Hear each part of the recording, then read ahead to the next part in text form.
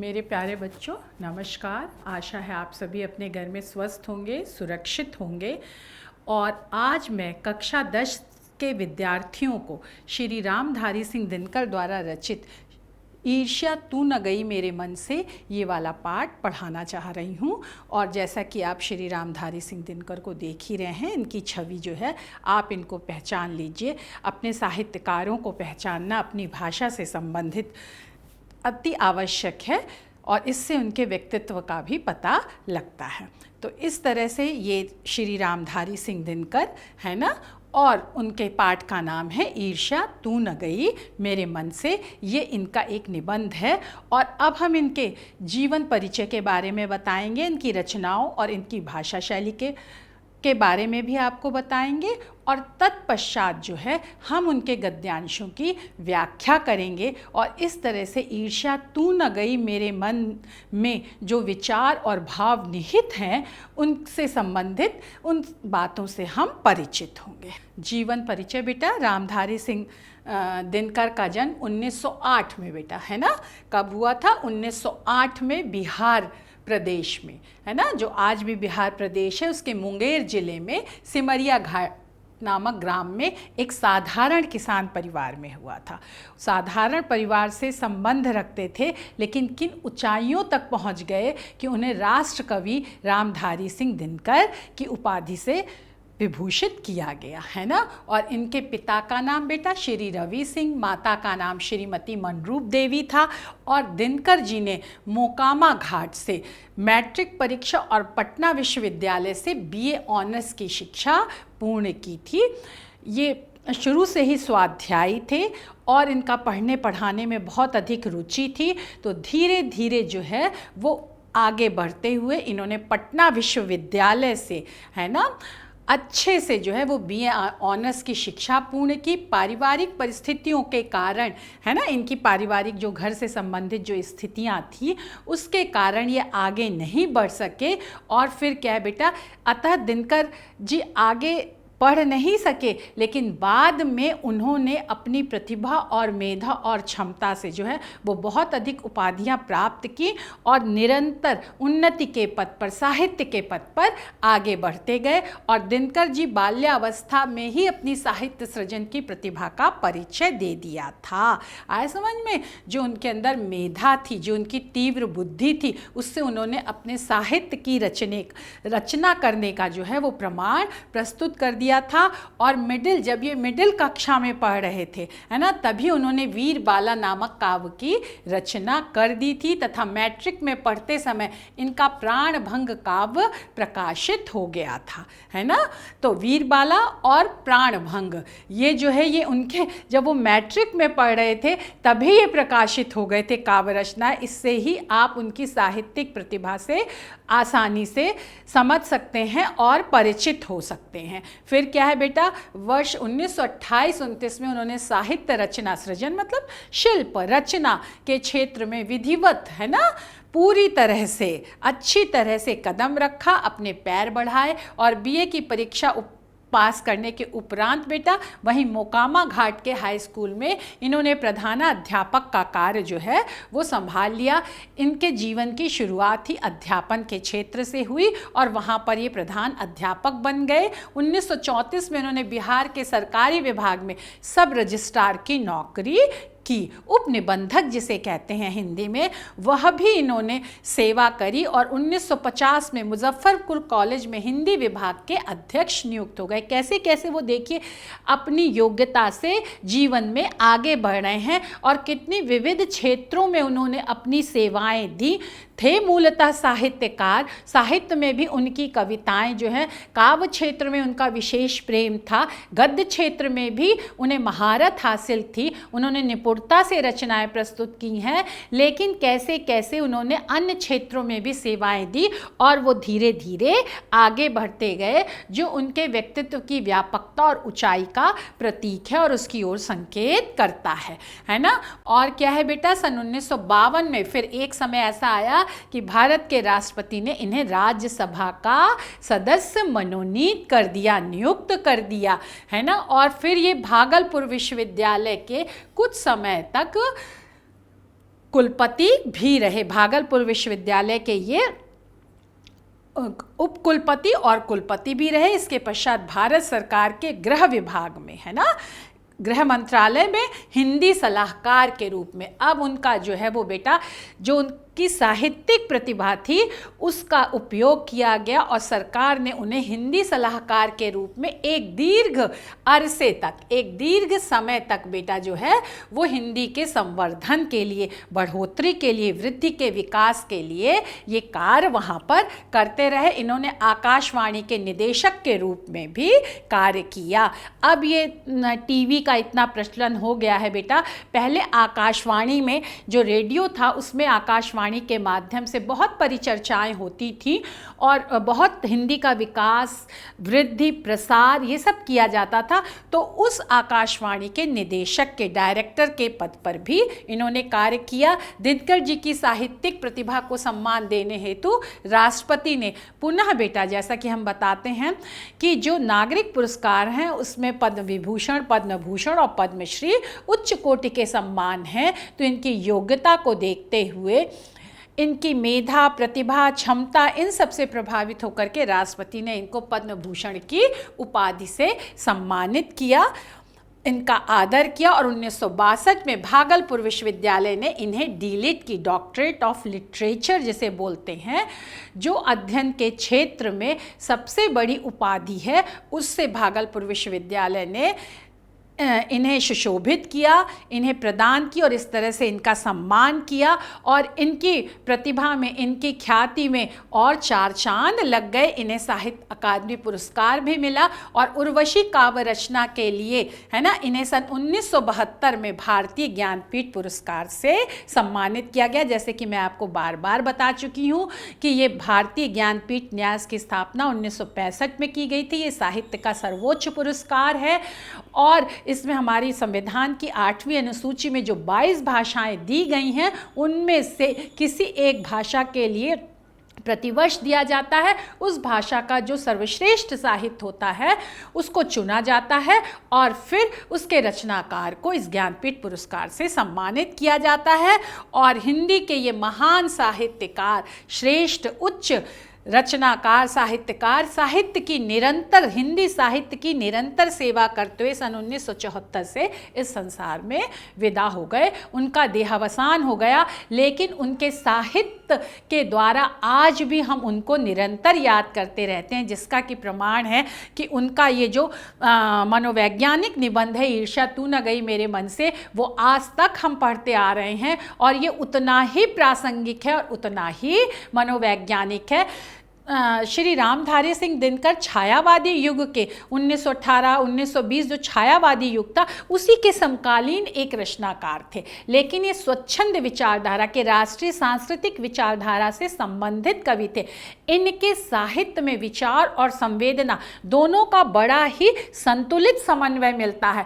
एक तरफ हृदय की प्रधानता, एक तरफ विचार की प्रधानता, लेकिन उन दोनों के मध्य कैसे सामंजस्य स्थापित करके युगीन मनुष्य की समस्याओं को सुलझाया जा सकता है और हमारे साहित्य को प्रासंगिक बनाया जा सकता है, ये श्री रामधारी सिंह दिनकर के साहित्य की विशेषताएं, अपूर्व विशेषताएं थी, अद्भुत विशेषताएं थी। इसलिए हिंदी साहित्य के क्षेत्र में उनका स्थान एक अपना अलग स्थान है, अद्भुत स्थान है और विशिष्ट स्थान है। आशा है आप उनके जीवन परिचय से अच्छी तरह परिचित हो गए होंगे। अब हम उनकी जो है वो रचनाओं में आते हैं, है ना, कि उन्होंने कौन कौन सी रचनाएं की। जैसा कि हमने बताया कि उनका उदय, उनका प्रारंभ जो है वो कवि के रूप में हुआ था, बाद में वो गद्य के क्षेत्र में भी आगे आए और इनकी रचनाएं निम्नलिखित हैं।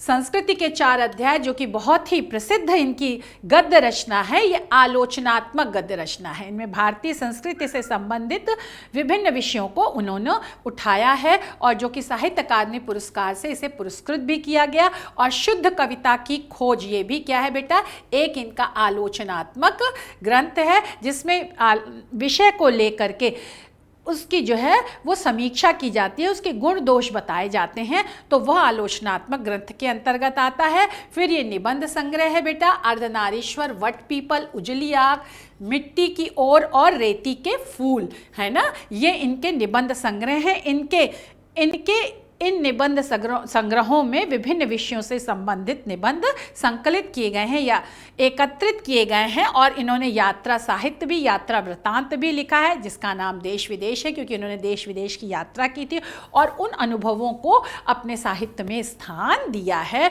और उसको साहित्यिक सौंदर्य से युक्त करके यात्रा वृत्तांत, यात्रा साहित्य लिखा, जिसका नाम देश विदेश है। इन्होंने बच्चों के लिए भी लिखा, बाल साहित्य भी लिखा, जैसे मिर्च का मजा, सूरज का ब्याह आदि, और काव्य बेटा। फिर जो प्रणभंग, जैसा कि हमने बताया, इनका प्रथम काव्य रचना, कुरुक्षेत्र, रेणुका, हुंकार, उर्वशी इनका महाकाव्य, जिसपे इन्हें जो है भारतीय ज्ञानपीठ पुरस्कार मिला। रश्मिरथी, परशुराम की परीक्षा जो है, ये इनका खंड काव्य है। आज मैं आपको पद्य नहीं पढ़ा रही हूँ, गद्य पढ़ा रही हूँ, इसलिए महाकाव्य किसे कहते हैं, खंड काव्य किसे कहते हैं, काव्य क्या है, ये मैं आपको पहले पद्य में, मैथिली शरण गुप्त में, श्री सुमित्रा नंदन पंत में बता चुकी हूँ, पढ़ा चुकी हूँ। आज मैं गद्य पढ़ा रही हूँ, इसलिए मैं इनकी व्याख्या नहीं कर रही हूँ।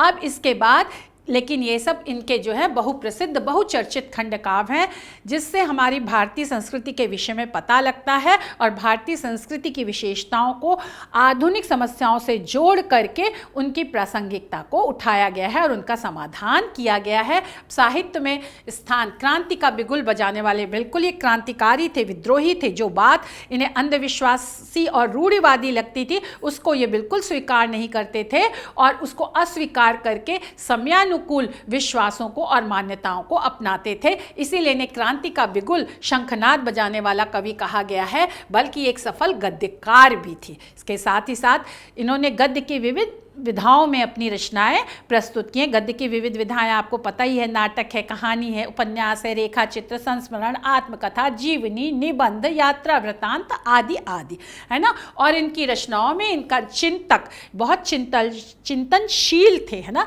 किसी भी बात पर बहुत सोच विचार कर, मनन करके तब वो लिखते थे और निष्कर्ष देते थे और मनीषी रूप थे। उनकी बुद्धिमत्ता जो है वो सर्वविदित थी। जो उनका निष्कर्ष आता था सोच विचार करने के बाद, वो बहुत ही बुद्धिमत्ता से परिपूर्ण होता था और वही इनकी रचनाओं में, इनके साहित्य में प्रतिबिंबित होता है, दिखाई देता है, झलकता है। अब इनकी बेटा ये काव्यगत विशेषताएं हैं, राष्ट्रीय भावनाओं से ये भरे हुए थे। प्रगतिशीलता को इन्होंने अपनाया।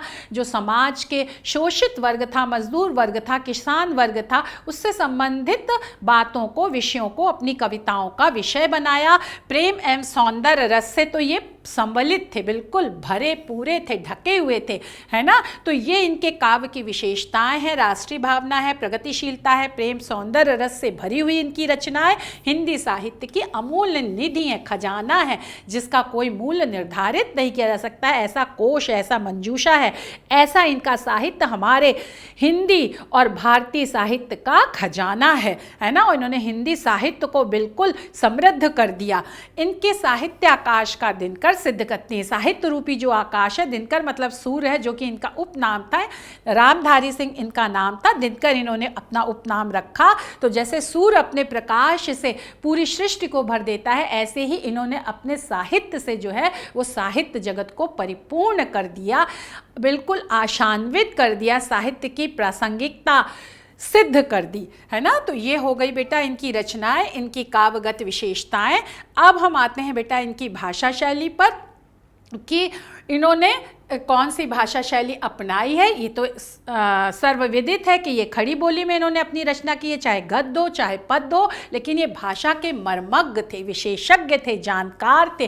किस समय कैसा भाव है, उसके अनुकूल कौन से शब्दों का, उस शब्दों के अनुसार कौन सी कैसी भाषा का प्रयोग करना है, इसके ये बहुत अधिक जानकार थे, विशेषज्ञ थे। और इनकी भाषा दिल को छू लेने वाली है बेटा, सरल है, आसानी से समझ में आने वाली है, सुबोध है, जो आपकी बुद्धि में, जिसको आपकी बुद्धि समझ लेती है आसानी से, व्यवहारिक है। जो बोलचाल के शब्द था, इसका उन्होंने भी प्रयोग किया है आसानी से। साथ ही साथ बेटा भाषा पर इनका अगाध अधिकार था। तो संस्कृत जो हिंदी भाषा की जननी मानी जाती है, उन संस्कृत के अर्थपूर्ण तत्सम शब्द को भी इन्होंने अपने साहित्य में प्रयोग किया है। उससे भी इनकी भाषा क्या है, जो बेटा युक्त है, वो पाई जाती है, मिलते हैं। परंतु और विषय के अनुरूप इन्होंने तद्भव शब्द, जो हमारी देशी संस्कृत से अलग जो अन्य देसी भाषाएं हैं उनके शब्दों का भी प्रयोग किया है, साथ ही साथ अन्य भाषाओं का भी यथानुरूप प्रयोग करते हुए, जैसे उर्दू, बंगला, अंग्रेजी जो चलन में प्रचलित, मतलब जो चलन में थे, उन शब्दों का प्रयोग करके अपने साहित्य को समृद्ध और क्या है बेटा, लोगों की भावनाओं के अनुरूप बनाया है। अब शैली बेटा, जैसे कि हम बार बार कहते हैं कि एक जिस विधा में साहित्यकार रचना करना चाहता है उस विधा का वो एक सांचा बनाता है, एक पद्धति बनाता है ना, कि किस तरह से उसे अपने विचारों को व्यक्त करना है। धीरे धीरे वो शैली इतनी उसकी अपनी हो जाती है कि एक तरह से आप रचनाओं को देख करके समझ जाएंगे उसकी रचनाओं में जो शैली अपनाई गई है कि यह किसकी रचना है। तो शैली एक प्रकार की पद्धति है, विधि है, प्रकार है, जिसके माध्यम से साहित्यकार अपनी रचनाओं को नियमबद्ध तरीके से एक विधि विधान के रूप में प्रस्तुत करता है। तो दिनकर जी की शैली व्यवहारिक है। व्यवहारिक मतलब आम जन से संबंधित है ना, जो सब लोगों के, जिस शैली में रचना करके वह रचना सब लोगों को समझ में आ जाए, है ना, और जैसा विषय हो वैसी ही शैली हो। ओज है क्योंकि इन्होंने देश राष्ट्रीय सांस्कृतिक धारा के कवि थे, तो एक वीरता की भावना, जब आप उसको पढ़ोगे तो एक तेज आएगा, प्रसाद है ना, सरलता से समझ में आने के योग्य, और यही इनकी शैली के प्रधान गुण है। और इनकी गद्य की रचनाओं में विवेचनात्मक, ये किसी भी विषय को ले करके उसका विवेचन करते हैं, है ना, उसके अंदर जो निहित भावनाएं हैं उनको आपके सामने लाते हैं और विश्लेषण करते हैं उसका, उसके अंदर अर्थ जो छिपे रहते हैं एक के बाद एक क्रमवार तरीके से उसको आपको समझाते हैं। व्यंग्यात्मक है, जहाँ पर क्या है बेटा, वो सच्चाई को, यथार्थ को सीधे सीधे नहीं कह पाते हैं, तो वह तिरछे से कहते हैं, कटाक्ष करते हैं। सामने वाले को लगता है ये कटाक्ष नहीं है, साधारण बात है, पर उसके अंदर जो एक व्यंग, एक कटाक्ष छुपा हुआ होता है, तो वहाँ पर एक व्यंग्यात्मक शैली है। समीक्षात्मक शैली बेटा, जहाँ पर वो विषय के गुण दोषों का विवेचन करते हैं। समीक्षा है ना, बराबर से गुण दोष बताते हुए चलते हैं जो भी वो रचना कर रहे हैं, है ना, उस रचना में ये शैली अपनाते हैं। सूक्ति परक शैली है, सुंदर सुंदर वाक्यों के द्वारा जो है अपनी बात को कह देते हैं। सुउक्ति सुंदर उक्तियां, है ना, सुंदर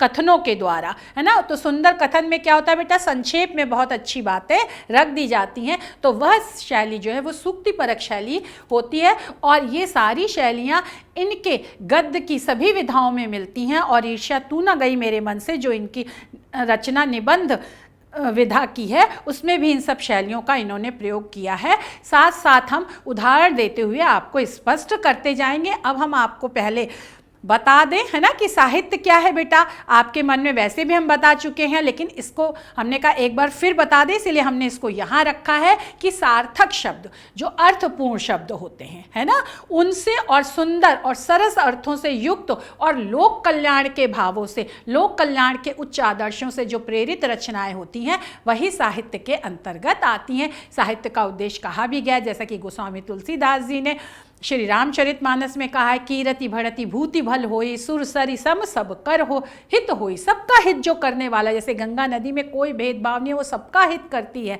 अपने जल के द्वारा, है ना। तो ऐसे ही साहित्य भी जो हित करे, सुंदर अर्थों से युक्त हो और जिसमें सार्थक शब्दों का प्रयोग हो, वो क्या कहलाता है बेटा, साहित्य कहलाता है। फिर साहित्य के दो विभाग किए गए हैं, गद्य और पद्य। जो विचार प्रधान होता है, बुद्धि की प्रधानता होती है, चिंतन मनन से युक्त होता है, वो क्या कहलाता है बेटा, गद्य कहलाता है। और जो हृदय से ज़्यादा संबंधित होता है, भावना से प्रभावित होता है, वो क्या होता है बेटा, भावना प्रधान, तो वो क्या कहलाता है, पद्य कहलाता है। अब आज हम आपको पद्य नहीं पढ़ा रहे हैं, गद्य पढ़ा रहे हैं, और गद्य की विविध विधाएं होती है, वो हमने आपको बताया है। अब निबंध आज हम पढ़ा रहे हैं, तो निबंध गद्य की एक विधा होती है जिसमें किसी विषय का बौद्धिक, आया समझ, बुद्धि प्रधानता होती है, और विचारपूर्ण, जिसमें चिंतन मनन किया जाता है उस विषय का, और तार्किक होता है, कार्य कारण संबंध होता है ना, विवेक बुद्धि का प्रयोग किया जाता है। वह जो है ये उस इन विशेषताओं से युक्त जो रचना है वो गद्य की निबंध विधा के अंतर्गत आती है। आशा है आपको साहित्य, फिर साहित्य के प्रकार, गद्य और पद्य, और फिर गद्य की निबंध विधा आपको अच्छी तरह से समझ में आ गई होगी। अब हम इनके जो हैं मूल पाठ पर आते हैं कि ईर्ष्या तू न गई मेरे मन से। इसका जो प्रथम गद्यांश है उसकी हम व्याख्या आपको करने जा रहे हैं। जैसा कि आपको हमने पहले भी बताया है और आज भी बता रही हूँ कि जब हम किसी भी पाठ के गद्यांश की व्याख्या करते हैं तो सबसे पहले हम क्या लिखते हैं, संदर्भ लिखते हैं। संदर्भ में हम लेखक का नाम और उस पाठ का नाम लिखते हैं, है ना। तो अब इसके लेखक कौन है बेटा, रामधारी सिंह दिनकर हैं, और पाठ का क्या नाम है, ईर्ष्या तू न गई मेरे मन से। तो प्रस्तुत गद्यांश हमारी पाठ्य पुस्तक हिंदी के गद्य खंड के ईर्ष्या तू न गई मेरे मन से पाठ से लिया गया है, और जिसके रचयिता, जिसके लेखक कौन है, रामधारी सिंह दिनकर हैं। अब ये तो आप संदर्भ में लिखोगे, रामधारी सिंह दिनकर के ईर्ष्या तू न गई मेरे मन से इस पाठ से संबंधित कोई भी गद्यांश आएगा तो उसका संदर्भ यही होगा। तो इसलिए आप संदर्भ को अच्छी तरह से याद कर लीजिए। फिर उसके बाद आता है प्रसंग, आता है बेटा किस संदर्भ में ये बात कही गई है ना, लेखक इसमें क्या कहना चाहता है, उस बात को जो है उसकी भूमिका, उसकी प्रस्तावना, एक तरह से विषय प्रवेश हम एक दो पंक्तियों में बांध देते हैं, लिख देते हैं। जैसे प्रस्तुत गद्यांश में लेखक ने ईर्ष्या मनोविकार से होने वाली हानियों का वर्णन किया गया। जैसा कि आपको विदित ही होगा कि हमारे यहाँ क्या है बेटा, मूल रूप से 6 मनोविकार माने गए हैं, काम, क्रोध, लोभ, मोह, मद और मात्सर। जो ये मात्सर है वही हमारे ईर्ष्या से संबंधित है, उसी को हम ईर्ष्या का नाम देते हैं। और ये हमारे एक मन का विकार है, मन की एक गंदगी है, मन की एक बुरी आदत है जो कि सूक्ष्म रूप से हमारे मन के अंदर विद्यमान रहती है। इसीलिए इनके इस निबंध को मनोवैज्ञानिक निबंध कहा गया है, और इन्होंने मनोविश्लेषणात्मक शैली में जो है ईर्ष्या नामक मनोविकार का बड़े ही सुंदर तरीके से अपने इस पाठ में विश्लेषण किया गया है। क्रमवार कैसे कैसे ईर्ष्यालु व्यक्ति के मन में ईर्ष्या उत्पन्न होती है मनोविकार के कारण, क्योंकि एक मनोविकार है, बुरी आदत है ना, बुरा भाव है, और फिर कैसे कैसे उसके वो अगल बगल के लोगों से जलता है, उसकी धीरे धीरे अवनति होती है, वो सृजनात्मक कार्यों से हट जाता है और खुद को भी नुकसान पहुंचाता है और समाज को भी, समाज के अन्य व्यक्तियों को भी नुकसान पहुंचाता है। इन सब बात का वर्णन श्री रामधारी सिंह दिनकर ने ईर्ष्या तू न गई मेरे मन से मनोवैज्ञानिक निबंध में किया है। अब हम बेटा गद्यांश पढ़ते जाते हैं कि लेखक कह रहा है, इसमें बेटा एक वकील साहब हैं, है ना, और क्या है, एक बीमा एजेंट हैं। तो ये वकील साहब जो हैं वो समृद्ध हैं। लेखक कह रहा है, आत्मपरक शैली में एक तरह से बता रहा है कि मेरे घर के दाहिने तरफ क्या है, एक वकील साहब रहते हैं, एडवोकेट रहते हैं, जो कि समृद्ध हैं, मतलब घर परिवार से भी अच्छे हैं, खाने पीने में अच्छे हैं, मतलब उनकी आर्थिक स्थिति अच्छी है, दोस्तों को भी खूब खिलाते हैं, मतलब उनका सामाजिक दायरा भी अच्छा है ना, उनके मित्र भी अच्छे हैं, उनसे अच्छी मित्रता है, उनसे मिलनसार हैं वो, और दोस्तों के साथ उनका क्या है बेटा, उठना बैठना लगातार निरंतर होता रहता है, और सभा सोसाइटी में भी काफ़ी भाग लेते हैं, उनका एक सामाजिक दायरा भी है। इस तरह से वो आर्थिक स्थिति भी उनकी अच्छी है और उनका समाज में और अपनी मित्र मंडली में भी एक उचित स्थान है, और पारिवारिक जीवन भी उनका क्या है बेटा, सुखी है, उनके बाल बच्चे हैं, पत्नी मृदु भाषणी है, मीठा बोलने वाली है ना, और बच्चे हैं, नौकर चाकर हैं। इससे ही आप अंदाज लगा सकते हो कि वो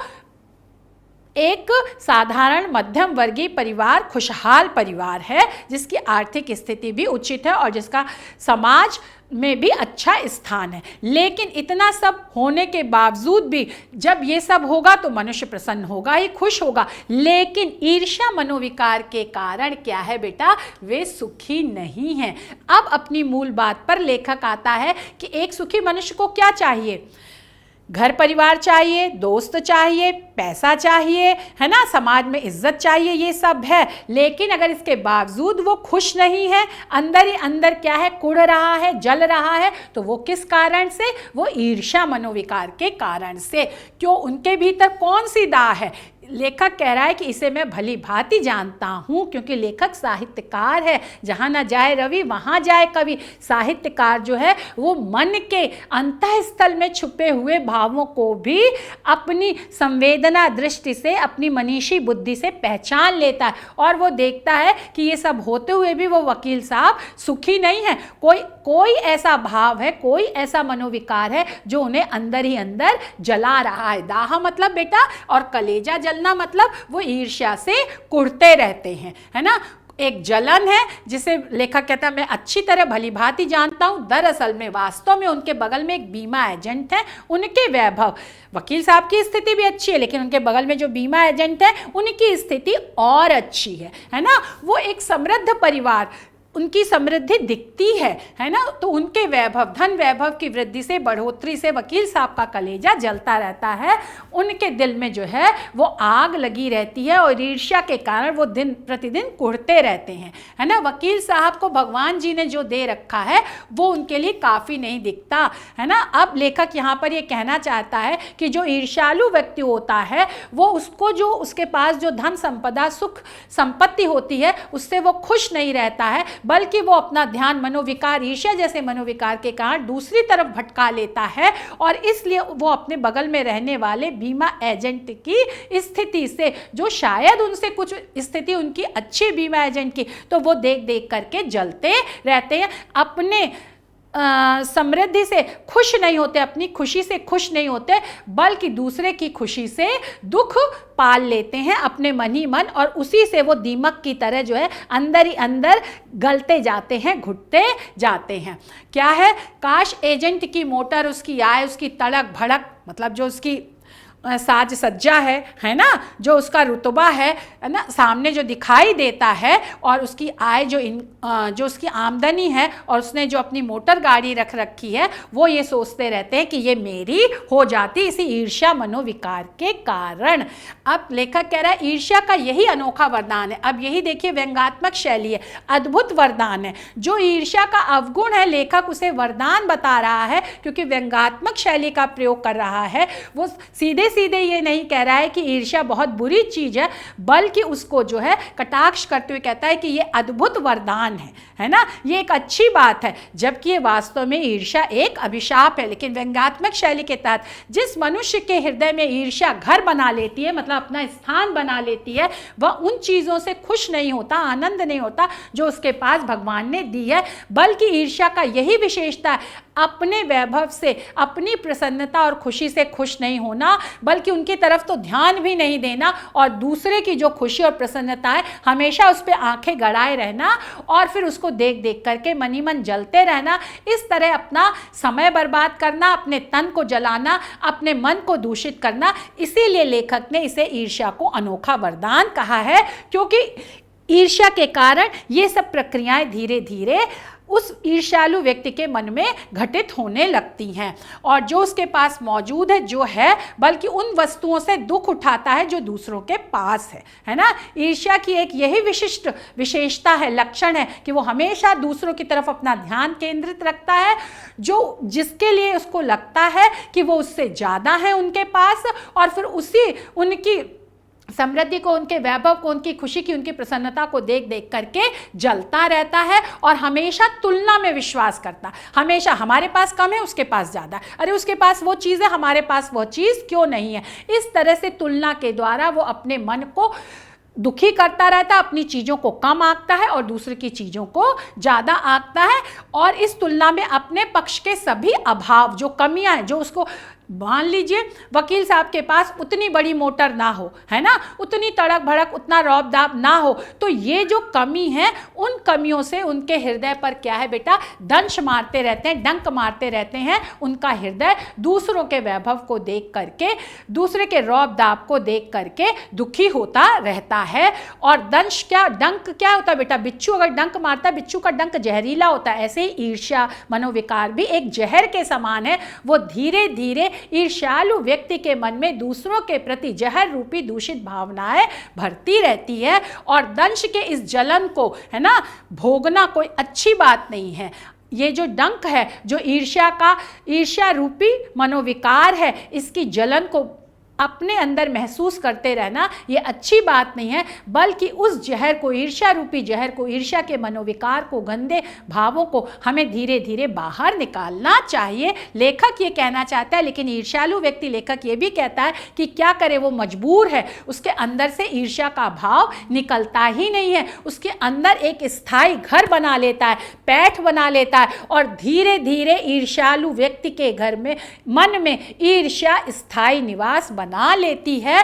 आदत से लाचार होकर के और अपनी ईर्ष्या की भावना से लाचार विवश होकर के उसे निरंतर प्रति क्षण प्रतिदिन ये वेदना, ये कष्ट भोगना पड़ता है। वो अपनी क्या है वेदना, कि अपनी खुशी में खुश नहीं होना, दूसरे की खुशी से जलना और अपनी चीज़ों की तुलना दूसरों की चीज़ों से करना और उससे अपनी चीज़ों को कम आंकना और इस तरह से हमेशा दुखी रहना, ये ईर्ष्यालु व्यक्ति की विशेषता हो जाती है। अब बेटा विशेष हम बता रहे हैं, ईर्ष्यालु व्यक्ति के स्वभाव का सहज व प्रवाहमान भाषा में व्यंग्यात्मक शैली में, जैसा कि हमने उदाहरण दिया, और सहज स्वभाव है ना, जो ईर्ष्यालु व्यक्ति का जो सहज स्वभाव होता है, और यहाँ भाषा बिल्कुल प्रवाहमान है। जब आप इसको पढ़ते हो तो उसमें कहीं बाधा नहीं आती है और परत दर परत अर्थ खुलता जाता है। ईर्ष्यालु व्यक्ति का मनोविज्ञान आपके सामने आता जाता है, उसका जो स्वाभाविक स्वभाव होता जाता है, वो सब सहज और प्रवाहमान भाषा के द्वारा लेखक ने आपके सामने प्रकट कर दिया। और विशेष वही, ना खुश रहता है खुद ईर्ष्यालु व्यक्ति और ना दूसरों को सुखी देख सकता है। अब बेटा आपके परीक्षा में जो प्रश्न पूछे जाते हैं उनका जो प्रारूप है, संदर्भ अवश्य आता है लिखने का, रेखांकित अंश की व्याख्या आती है और उपयुक्त गद्यांश में कौन सुखी नहीं है, है ना।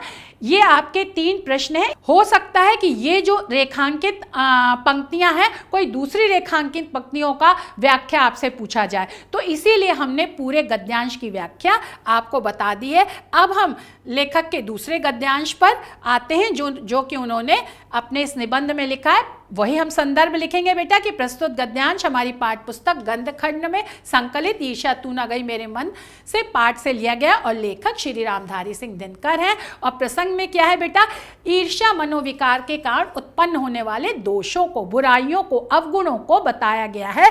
अब लेखक जो है वो धीरे धीरे इस पे आता है कि ईर्ष्या ने जब ईर्ष्यालु व्यक्ति के मन में अपना स्थान बना लिया तो वो किन किन बुराइयों से, दोषों से ग्रसित होता जाएगा, उसकी क्रमवार व्याख्या यहाँ पर लेखक ने वर्णित की है। अब लेखक ये कह रहा है कि जैसे एक उपवन है, किसी भगवान ने किसी को एक उपवन दिया है, बगीचा दिया है, मतलब यहाँ उपवन और बगीचा जो है वो से तात्पर्य संकेतात्मक है कि एक समृद्ध सुखी जीवन दिया है और उसका जीवन खुशहाल है, खुशियों से भरा पूरा है, लेकिन वो अपने इस हंसते खेलते जीवन से, परिवार से खुश नहीं होता है, बल्कि दूसरों का जो उपवन रूपी खुशियां हैं, प्रसन्नता हैं, उनको देख करके वह जलता रहता है और इस तरह वो भगवान के प्रति धन्यवाद, कृतज्ञता नहीं ज्ञापित करता है ना, उसके प्रति उससे प्रार्थना, उसके प्रति धन्यवाद नहीं देता कि हे ईश्वर आपने जो हमें दिया वो बहुत अच्छा दिया है और मैं इसको पाकर के बिल्कुल सुखी हूँ, संतुष्ट हूँ, बल्कि क्या है, बार बार इस चिंता में निमग्न लगा रहता है, तल्लीन रत रहता है कि इससे भी बड़ा उपवन, इससे भी ज़्यादा खुशियाँ और प्रसन्नता हमें क्यों नहीं मिली। अगर हमें 100 रुपया रोज मिलता है तो हमें 200 रुपया रोज क्यों नहीं मिलता, हमारी आर्थिक स्थिति और अधिक अच्छी क्यों नहीं हो गई, हमारे समाज में प्रतिष्ठा और अधिक क्यों नहीं है, है ना, हमारे परिवार का प्रभाव समाज में और क्यों नहीं है। हर तरह से सामाजिक, आर्थिक, पारिवारिक, हर तरह से वो असंतुष्ट रह करके और इसी चिंता में घुलता जाता है कि हमें इससे ज़्यादा चाहिए। और फिर लेखक कह रहा है ये एक ऐसा दोष, ऐसी बुराई, ऐसा अवगुण है, इससे ईर्ष्यालु व्यक्ति का चरित्र भयंकर हो उठता है। उसका जो चरित्र है, जो आचरण है, जो उसके आदत और व्यवहार का जो सम्मिलित रूप है वो क्या है, भयंकर हो जाता है, मतलब एक तरह से डरावना हो जाता है ना।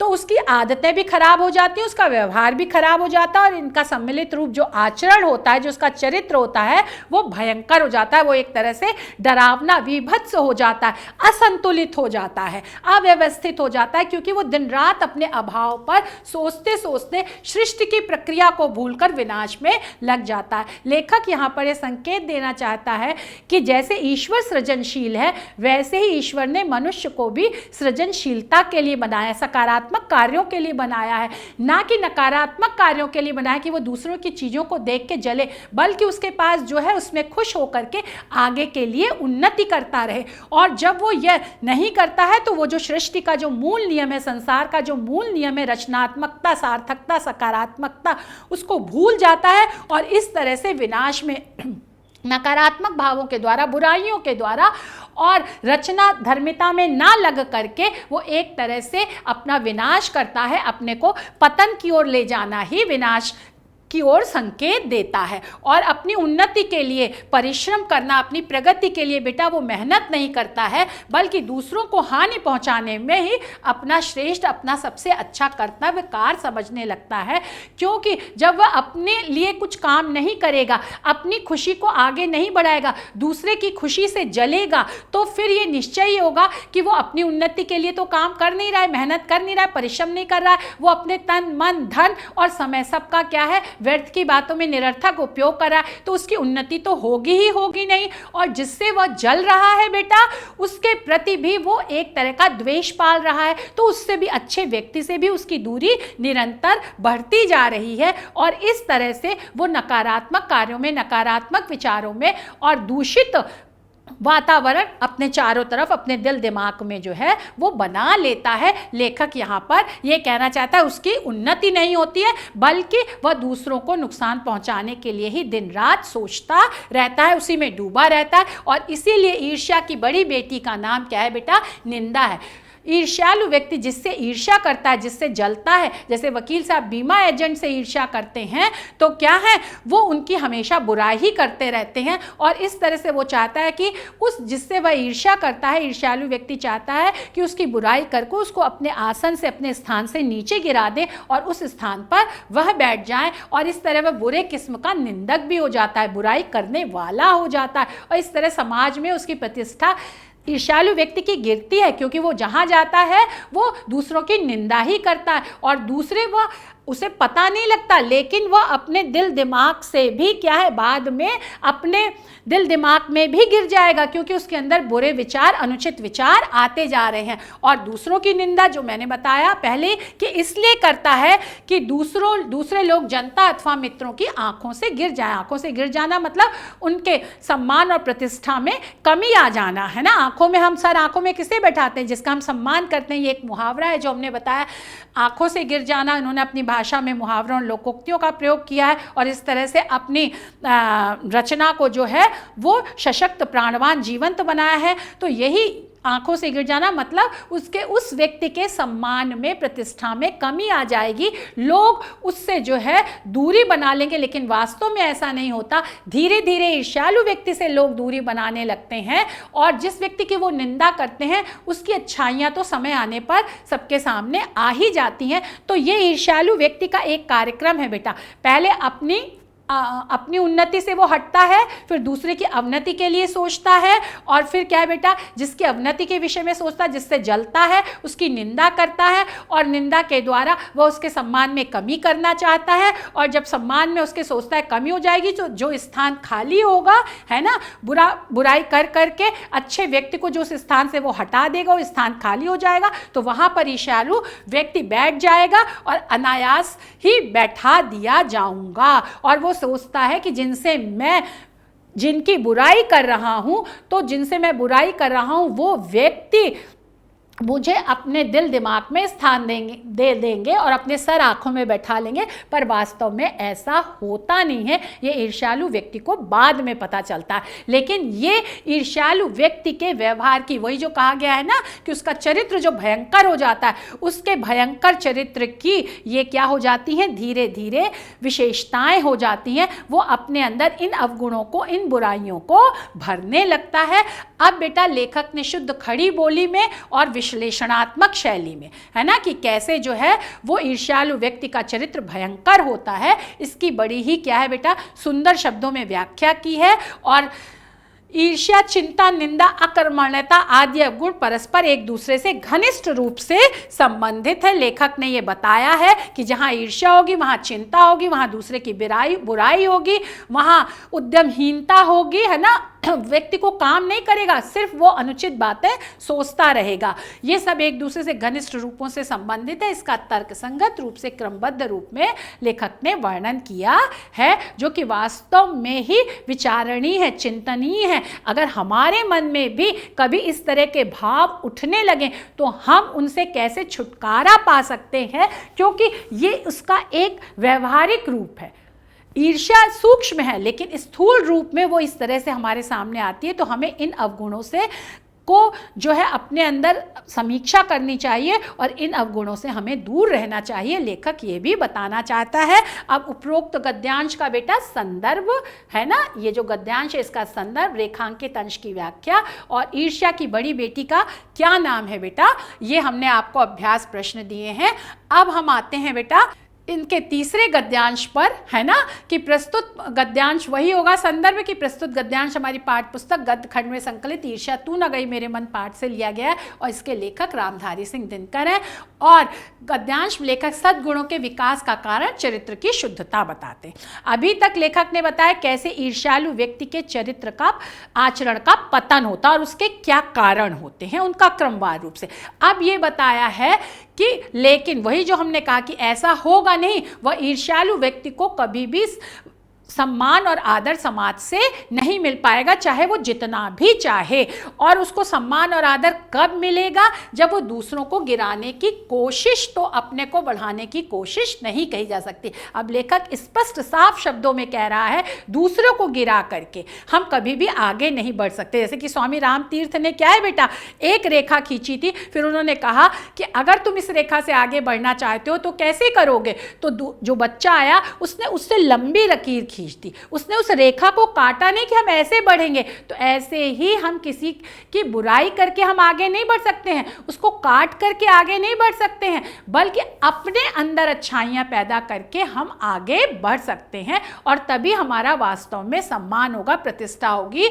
और लेखक यहाँ पर यह भी कहना चाहता है कि कोई भी मनुष्य जो अच्छा है, अगर हम उसकी जबरदस्ती बुराई करेंगे, ईर्ष्या मनोविकार से ग्रसित होकर के बुराई करेंगे, तो वो कभी भी अपने स्थान से गिरेगा नहीं, नीचे नहीं आएगा, बल्कि वो धीरे धीरे समय आने पर उसकी महत्ता, उसकी जो है उसका सम्मान और प्रतिष्ठा और अधिक बढ़ेगी, जब लोगों को ये पता चलेगा कि इसके बारे में तो झूठ मूठ इसकी बुराई की जा रही थी ईर्ष्यालु व्यक्ति के द्वारा।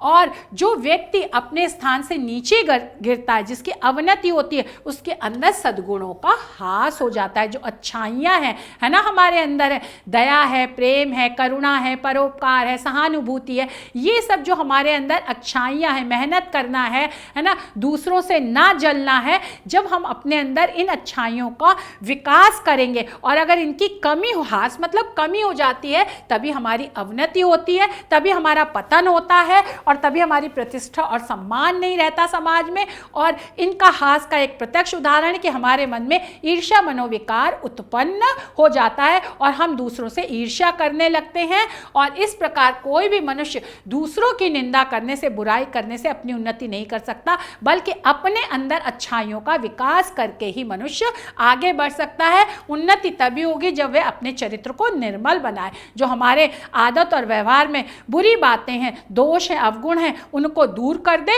और अपने अंदर अच्छाइयों का विकास करे, जो सद्विचार हैं, जो उच्च आदर्श है, मेहनत है, परिश्रम है, सहृदयता है, सद्भावना है, दया, प्रेम, परोपकार आदि के गुण हम अपने अंदर विकसित करें और इस तरह से हम अपना स्थान बनाए समाज में, उच्च ना कि ईर्ष्या जैसे मनोविकार को अपने अंदर उत्पन्न करें। अगर ईर्ष्या मनोविकार आएगा हमारे अंदर तो वो हमारे पतन का कारण होगा। आशा है आपको ये समझ में आ गया होगा। लेखक ने उन्नति और अवनति के कारणों का तुलनात्मक विवेचन कर तत्सम प्रधान बेटा, जैसे सद्गुण है ना, आया समझ में, पतन है, चरित्र है, निर्मल है, ये सब तत्सम प्रधान खड़ी बोली हैं, और सूक्ति प्रधान उपदेशात्मक शैली में, क्योंकि उसमें उपदेश दिया गया है कि हम अपनी उन्नति कैसे कर सकते हैं।